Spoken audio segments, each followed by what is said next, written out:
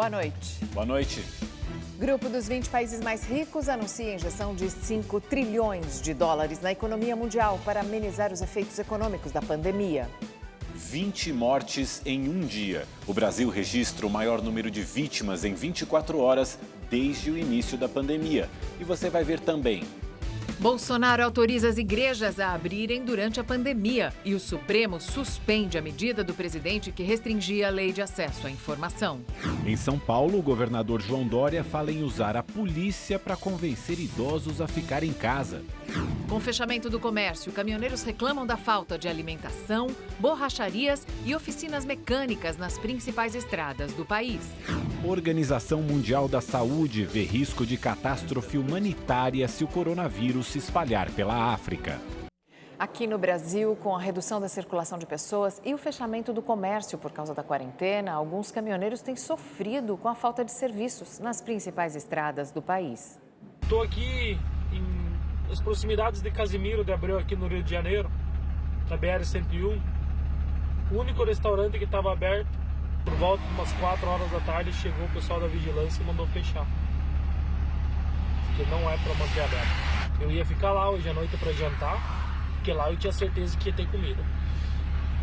Agora já não tenho mais. O vídeo desse caminhoneiro caiu nas redes sociais e revelou um problema que está afetando a categoria há pelo menos uma semana. Com bares e restaurantes fechados, por determinação dos governos estaduais para tentar conter a transmissão do novo coronavírus, muitos não estão encontrando locais para fazer as refeições durante a jornada. Nos últimos dias, outros vídeos começaram a circular nas redes sociais.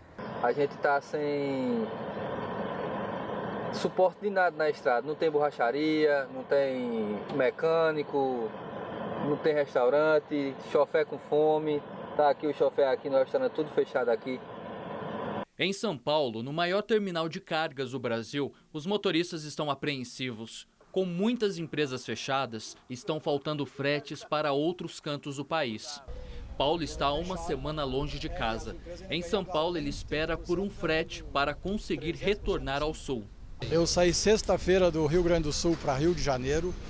Tudo fechado, BR-101, tudo travado, nenhum restaurante. Morro do Guido eu consegui uma marmita para comer no caminhão, porque eu não podia ter acesso a prato de louça, nada, talher. Fui para o Rio de Janeiro, não achava borracharia, autoelétrica, não arrumava peça, acessório do caminhão para comprar. No estado que tem a maior malha rodoviária do país, a situação não é diferente. Na BR-381, que liga Belo Horizonte ao Espírito Santo, os caminhoneiros improvisam para diminuir as dificuldades no trajeto. Dificuldade é só mesmo para alimentar, né?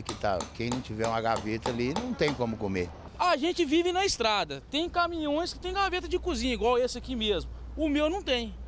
Como o meu não tem, a gente depende do restaurante, de um posto, um restaurante na beira da estrada e não tá tendo nada pra gente mais. Enquanto isso, alguns caminhoneiros contam com os moradores, que ajudam os motoristas como podem. Aí família, ó que gesto bonito que os caras estão fazendo pra nós aqui, ó.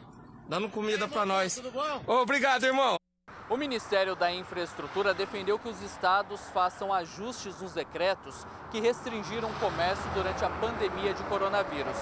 A ideia é que os serviços que dão suportes aos caminhoneiros nas estradas, como oficinas, borracharias e pontos de alimentação, voltem a funcionar normalmente para evitar um desabastecimento. Em um encontro com a Confederação Nacional de Municípios, o Ministério da Infraestrutura disse que vai orientar prefeitos para ressaltar as atividades essenciais ao trabalho dos profissionais do transporte nas beiras de estradas. Uma nota técnica vai sugerir um decreto para garantir os serviços. Segundo a Confederação Nacional dos Transportadores Autônomos, 60% dos caminhoneiros trabalham por conta própria e estão enfrentando dificuldades por causa da falta dos serviços básicos. Nós vemos solicitando as mínimas condições de trabalho, agora mais evidentes diante da pandemia do Covid-19. São condições como alimentação ao longo das suas rotas, locais para manutenção dos seus caminhões, assim como condições de higiene e saúde nos pátios de triagem dos embarcadores. Hoje, durante coletiva no Palácio dos Bandeirantes, o governador de São Paulo, João Dória, falou sobre as medidas para o setor. E temos apoiado caminhoneiros, como você sabe, feito esforços específicos para que postos de combustível no interior do estado de São Paulo, ao longo das rodovias, permaneçam abertos. Falei, e aproveito a oportunidade para repetir aqui, que os postos de combustíveis podem continuar preparando alimentação para os motoristas, sejam de caminhões, vans, automóveis ou motocicletas, só não devem servir nas suas áreas de refeição e também manter abertas mecânicas e borracharias durante o período que desejarem para o atendimento da logística e não haver nenhuma falha na atenção a caminhoneiros e aqueles que atuam no setor de transporte em São Paulo. Em uma nota divulgada em seu site, a Associação Brasileira das Concessionárias de Rodovias disse que as empresas do setor estão reforçando as equipes de atendimento médico e mecânico, assegurando assim as condições básicas de segurança para o uso das estradas e para a fluidez do tráfego. Em São Paulo, que é o estado com maior número de casos de coronavírus, os moradores de rua estão mais expostos à doença. E a ajuda a eles vem de quem também é do grupo de risco e deveria estar em casa se protegendo. Lojas fechadas, pouca gente nas calçadas. Difícil dizer que São Paulo viveria dias assim. Tudo para evitar a contaminação. Fique em casa. Essa é a orientação que o pessoal da saúde dá para a população durante a quarentena. O problema é que nem todo mundo tem para onde ir, nem todo mundo tem uma casa ou um abrigo sequer. A Praça da Sé, Marco Zero de São Paulo, é um ponto de encontro de moradores de rua. De acordo com a Secretaria de Assistência Social, existem 25 mil pessoas nessa situação na cidade. 4 já contraíram o coronavírus. E para complicar ainda mais, o pessoal das ONGs e os voluntários que ajudavam na alimentação dessas pessoas agora estão em casa, reclusos, conforme orientação do governo. A situação está ruim. Nós não temos nenhuma alimentação para comer. Nós estamos catando comida de lixo, todo mundo sofrendo no meio da rua. Tiago deu um jeito, conseguiu álcool em gel e máscara. Está se protegendo. Medo eu não tenho, mas só que eu estou tendo um respeito pela doença que já atingiu bastante lá na Europa, lá, a China, a Itália, a Espanha, está morrendo muita gente. Para evitar a proliferação da doença, a Prefeitura e a Sabesp estão improvisando lavatórios para a higienização das mãos. Já para o descanso noturno, existem atualmente 89 abrigos. Juntos, somam mais de 17 mil vagas. Alguns complexos esportivos, como este, na zona norte de São Paulo, já foram adaptados para receber mais moradores de rua. Também existem aqueles que, mesmo sendo do grupo de risco, preferem ajudar o próximo nessa hora. Como o padre Júlio Lancelotti, de 71 anos. Ele está à frente de um desses projetos sociais voltados aos mais necessitados. Hoje, a igreja serviu café da manhã para 1.200 pessoas. Antes de comer, todos têm que fazer a higienização. Desse jeito, todo mundo que entra aqui na igreja é recebido com álcool gel. Padre Júlio está preocupado com a exposição ao vírus. A gente ouve toda hora, vai para casa, fica em casa, fica em casa, fica em casa. Eles ficam na casa deles, que é a rua. Quem mora na rua, a casa é a rua. E o risco é maior? O risco é maior.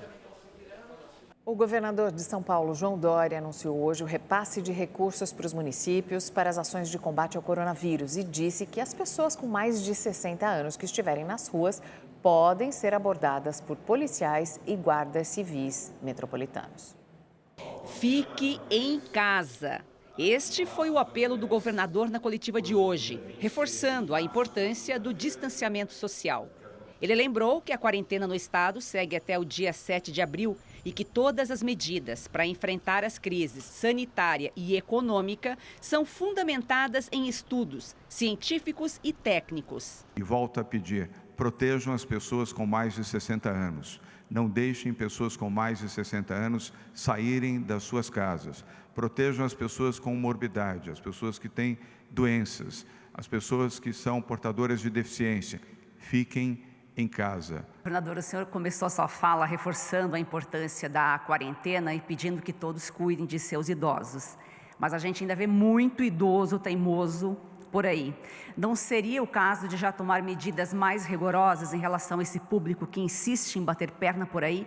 Se houver necessidade de uma ação ainda mais forte, nós adotaremos sem dúvida nenhuma para proteger vidas. O secretário de Saúde enfatizou que dos 2.433 casos de Covid-19 no Brasil até hoje, 862 estão em São Paulo.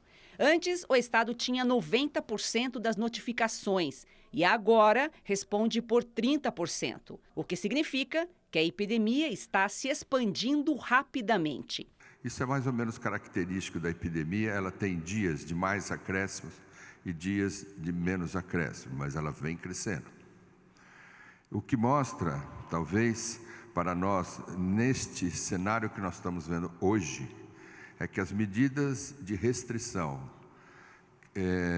de mobilidade, estão sendo suficientes, ou pelo menos colaborando de uma forma bastante efetiva, para que a gente tenha 862 casos. Dória anunciou o repasse de 218 milhões de reais a 80 municípios com mais de 100 mil habitantes. Os recursos serão liberados a partir do dia 3 de abril e devem ser usados única e exclusivamente para combater o coronavírus. Amanhã, o governador vai divulgar o valor que será destinado à capital e depois às cidades com menos de 100 mil habitantes. E agora, o comentário de Boris Casoy. Boa noite. Enquanto alguns tentam se aproveitar eleitoralmente da tragédia, neste momento grave para o Brasil, atacado pelo coronavírus, não se pode esquecer daqueles que enfrentam a pandemia na linha de frente do combate. Médicos e todo o pessoal da saúde, que arriscam suas vidas em benefício do próximo. Eles merecem ser lembrados com todo respeito e gratidão. A todos vocês, o nosso maior respeito e muito obrigado. O governador do Rio de Janeiro, Wilson Witzel, anunciou que o estádio do Maracanã será transformado em um hospital de campanha para atender os pacientes com coronavírus. Witzel manteve o isolamento social no estado e pediu ajuda financeira ao governo federal. O governador do Rio, Wilson Witzel, informou por meio de um comunicado que numa reunião por teleconferência, o ministro da Economia, Paulo Guedes, sinalizou que vai antecipar os recursos do leilão da Companhia de Águas e Esgotos para o estado. Essa seria uma medida para ajudar a economia do Rio durante a pandemia do novo coronavírus. Witzel insistiu que a população deve permanecer em casa e respeitar o isolamento social. As medidas restritivas no estado serão reavaliadas no dia 4 de abril. No início do dia, o governador anunciou também que o estádio do Maracanã será adaptado para funcionar como um hospital de campanha e atender pacientes vítimas da Covid-19. De acordo com o governador, a instalação deve ficar pronta em 15 dias. Militares das Forças Armadas realizaram uma ação de limpeza na Estação Central do Brasil, no centro do Rio de Janeiro. A higienização é mais uma medida para conter o avanço do novo coronavírus. Com capas amarelas e máscaras, militares do Comando Conjunto do Leste começaram a limpar os trens na Estação Central do Brasil, ligação entre o centro, as zonas norte e oeste e a Baixada Fluminense. Eles utilizaram um desinfetante à base de cloro produzido fora do Brasil. O produto dura de 3 a 5 dias. Nós temos pessoal habilitado, pessoal capacitado para isso, né? Que são os elementos de defesa química, biológica, radiológica e nuclear da Marinha e do Exército. E aqui tem uma equipe trabalhando, uma equipe do Exército, essa aqui, que vai fazer trabalhos nos órgãos, nos meios de transporte, né? de grande capacidade. O prefeito do Rio, Marcelo Crivella, também esteve na Central do Brasil e reforçou o pedido para que as pessoas fiquem em casa. Hoje a recomendação ainda é todo mundo ficar em casa. Mas se os números permanecerem como estão agora, diminuindo, eu digo contágio, internação e o pessoal na UTI, nós já vemos uma luz no fim do túnel. Apesar do número de passageiros ter reduzido nos últimos dias, algumas pessoas ainda precisam utilizar os trens. Por este motivo, durante a madrugada, os militares vão voltar aqui para a Central do Brasil para limpar o restante da estação. O mesmo vai acontecer com as barcas. Desde o início da semana, vários locais no estado começaram a ser higienizados para evitar a propagação do novo coronavírus. Em Niterói, a prefeitura adotou a mesma tecnologia utilizada nas cidades chinesas. Na capital, a Conlurb trabalhou em locais onde há maior circulação de pessoas, como pontos de ônibus, estações de metrô e o entorno de hospitais. Hoje foi a vez do BRT.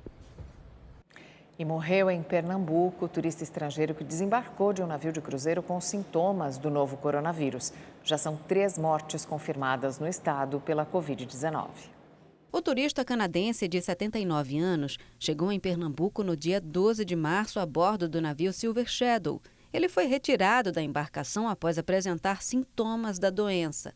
De acordo com a Secretaria Estadual de Saúde, o canadense, que tinha problemas cardíacos, morreu na madrugada de hoje. A outra vítima é um morador do Recife, de 69 anos, que sofria de hipertensão. E hoje completa um mês desde que o primeiro caso de coronavírus foi confirmado aqui no Brasil. O país já registra 77 mortes em decorrência da doença e quase 3.000 pessoas estão infectadas. A quinta-feira foi marcada pelo maior número de vítimas fatais em um só dia. Em 24 horas, 20 pessoas morreram por conta do Covid-19 no país, totalizando 77 mortes hoje, dia em que o vírus completa um mês desde que chegou ao Brasil. Outros 2.915 casos da doença foram confirmados na tarde de hoje pelo Ministério da Saúde. A gente pode observar desde o dia 26/2, essa curva vem crescendo ainda, está no começo. E, em percentual, nós temos aqui 20% em relação ao dia de ontem.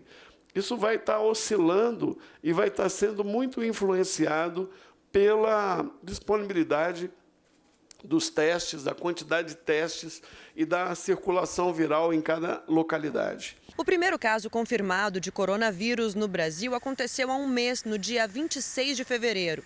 Um homem de 61 anos que mora em São Paulo havia voltado recentemente de uma viagem à Itália.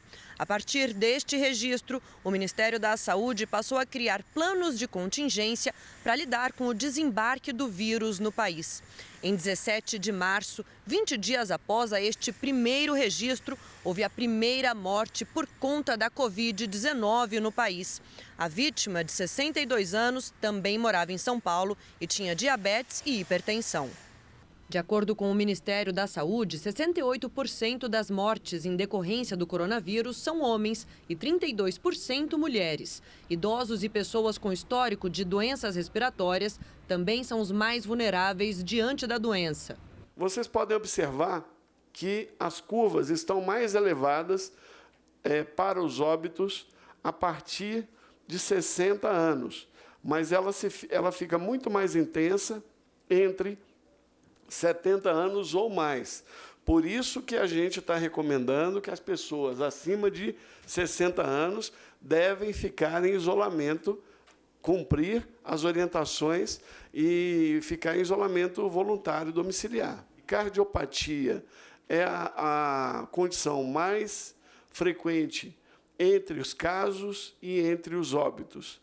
Doença hematológica crônica, temos registros também de doença hepática crônica, asma também, temos óbito e temos casos, diabetes com uma frequência importante, que também tem um volume maior, tanto de cardiopatias como também de diabetes, doença neurológica crônica, pneumopatia, imunodepressão, doença renal crônica e obesidade.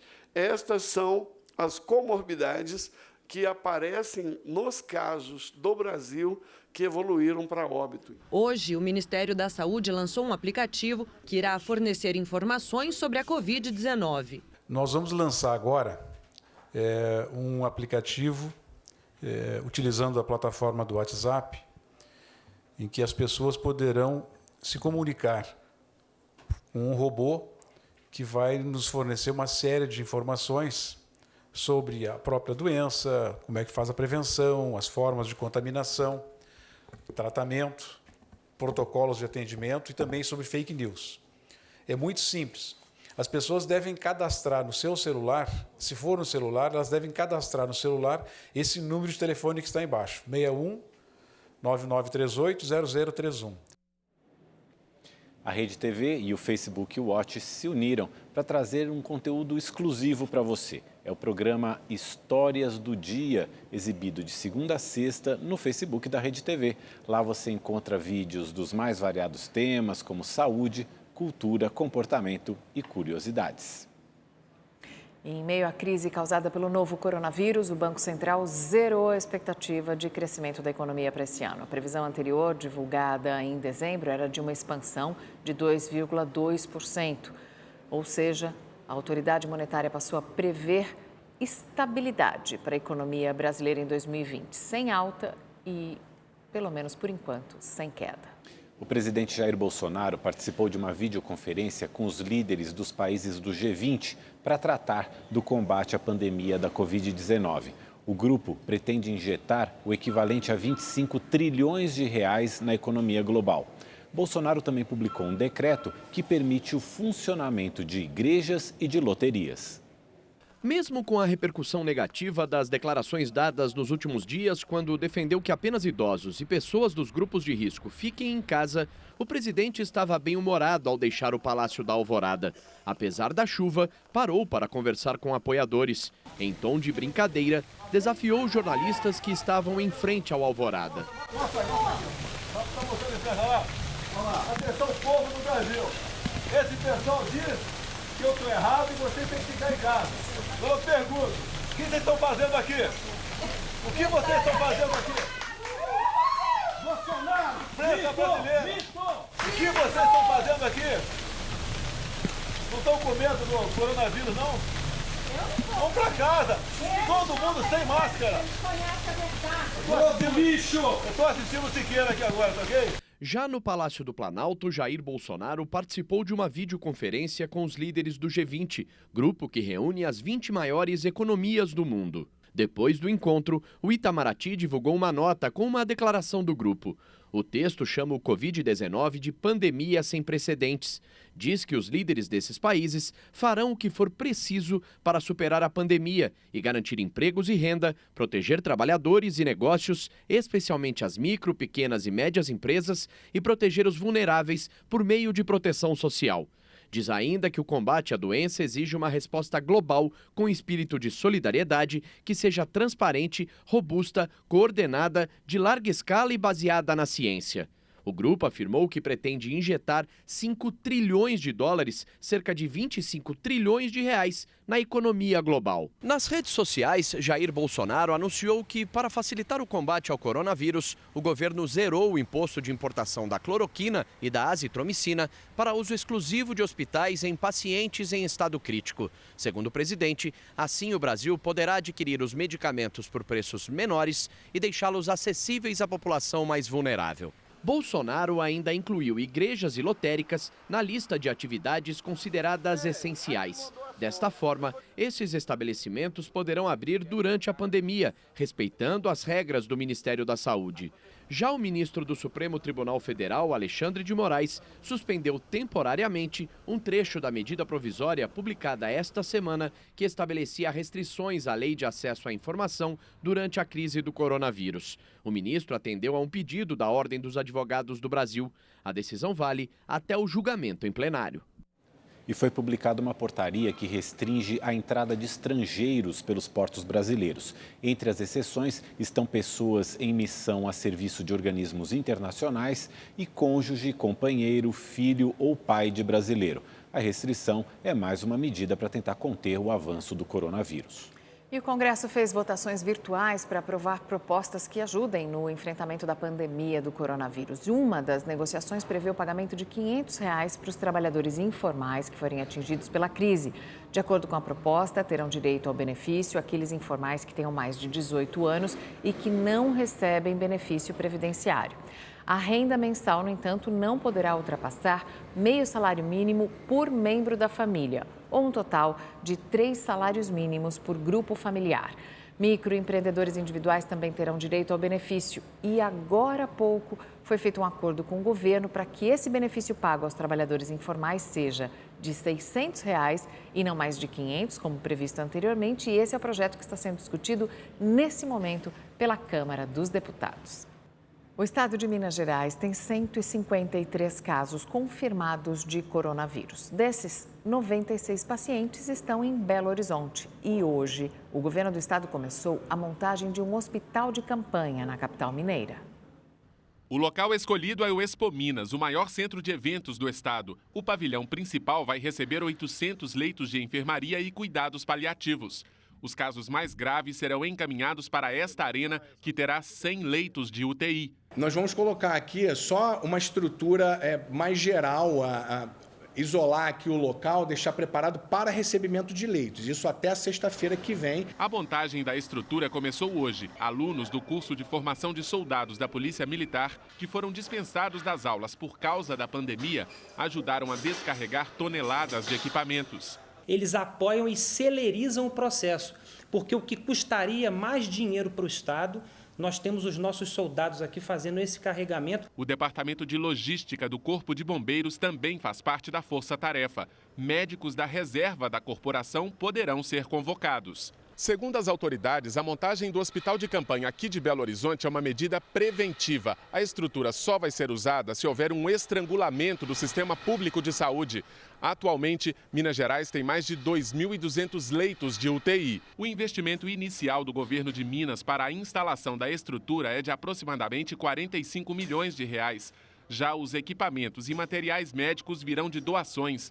Por isso, ainda não se sabe quando o hospital de campanha poderá ser utilizado. A gente já tem recebido manifestação de empresas no sentido de doações, leitos, por exemplo, de hotéis. Hoje, a Fundação Hospitalar de Minas Gerais informou que o Hospital Eduardo de Menezes, referência no tratamento de doenças infectocontagiosas em Belo Horizonte, passou a atender exclusivamente casos da Covid-19. A unidade tem 200 leitos disponíveis. E agora no quadro É Política, a Amanda Klein fala sobre os efeitos da pandemia nos Estados Unidos. Boa noite, Amanda. Boa noite, Mauro, Mariana, boa noite a todos. A rápida escalada dos pedidos de seguro-desemprego nos Estados Unidos soou o sinal de alerta. Essa crise atinge o mercado de trabalho de forma bastante intensa. Aqui no Brasil está em fase final de tramitação interna a medida provisória que trata dos trabalhadores formais. Deve ser editada até amanhã. A nova versão traz a suspensão dos contratos de trabalho por até 2 meses com antecipação do seguro-desemprego para empresas que foram fechadas por ordem governamental e também para pequenas empresas. Um outro modelo prevê a redução de jornada e salário em pelo menos 2 faixas, 50% e 65%. A empresa paga uma parte e o Estado outra. Para trabalhadores que ganham até R$3 mil, haverá muito pouca diminuição salarial. Aí tem um outro capítulo, que são os trabalhadores informais. O governo havia sinalizado com aquele voucher de R$200, mas demorou para enviar o projeto e o Congresso acabou se antecipando. A Câmara deve aprovar um aumento desse voucher do coronavírus, como vem sendo chamado, Corona Voucher, a renda mínima para R$500. E com uma novidade, segundo o líder do DEM, deputado Efraim Filho, mulheres chefes de família uniparental podem ganhar 2 vezes esse valor, ou seja, até R$1.000. Para a instituição fiscal independente, 18 milhões de trabalhadores que estão no cadastro único podem receber esse benefício. Uma maneira de fazer isso seria através da Caixa Econômica Federal, que tem grande capilaridade e sem exigência de muita documentação. Olha, o Congresso foi relativamente generoso nesse quesito, então é bom o governo se antecipar se não quiser perder a narrativa de resposta à crise econômica. Em sua live semanal nas redes sociais, o presidente Jair Bolsonaro declarou que a fabricação da cloroquina, o remédio utilizado no tratamento da malária e que pode ajudar também pacientes de coronavírus, está a todo vapor. Bolsonaro reforçou que uma empresa irá doar bilhões de comprimidos para o tratamento de pacientes com a Covid-19. E com a propagação do novo coronavírus no Brasil, a Justiça mandou o ex-deputado federal Eduardo Cunha para a prisão domiciliar, com o uso da tornozeleira eletrônica. Cunha, que está preso desde 2016, tem mais de 60 anos e se enquadra no grupo de risco da doença, e a decisão será cumprida assim que o ex-deputado receber alta do hospital onde ele está internado no Rio de Janeiro, com um quadro de anemia. Morreu na noite de ontem, vítima de câncer de próstata, Zoca, irmão de Pelé. Ele tinha 77 anos e estava internado num hospital em Santos. Irmão mais novo de Pelé, Zoca chegou a jogar no Santos como profissional. A passagem, porém, foi curta. Ele atuou em apenas 15 jogos e fez 4 gols. Por causa da pandemia do novo coronavírus, Pelé não foi ao enterro. Se você perdeu algum momento do Rede TV News ou então não pôde assistir, pode visitar o canal da Rede TV no YouTube. Uma boa noite. Boa noite, obrigado pela companhia e até amanhã.